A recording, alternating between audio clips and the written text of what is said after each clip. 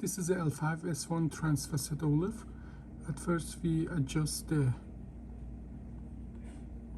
direction and the films, then go to L5, and with Jamshidi we get bone marrow, and then we try to get an OLLIF, but the severe facet hypertrophy prevent us. We decide to do the so-called transfacet OLLIF.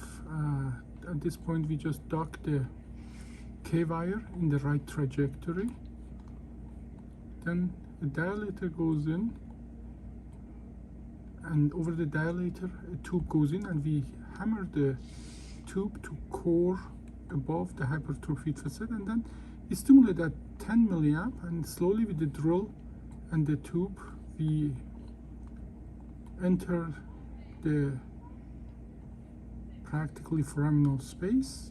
It is the axilla of the L5 and S1 that we practically enter. We are still stimulating at 10 and 12 milliamp now.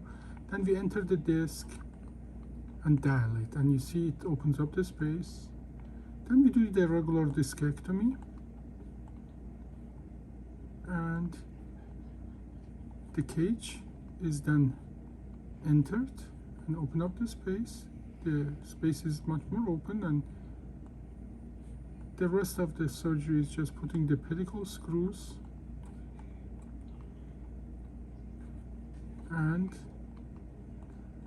literally then we instrument and fuse posterolaterally all MIS.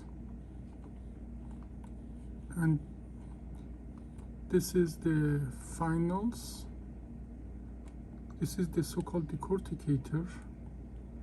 Then the screws are going in. After K-wires are placed, actually the AP machine out, you don't see these steps in the AP. And then here the rods, and this is the final. I'm going to show you the perioperative CAT scan as well. It shows very severe disease, retrolisthesis. This was a reherniation. Patient has sciatic pain, and today morning he reported to me that the sciatic pain is gone. Additionally, I'm going to go back to the final here.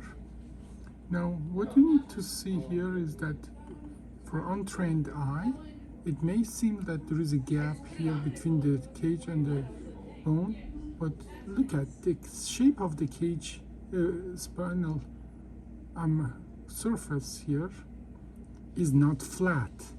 So you put something like a cage there, you won't have exactly the one-to-one connection.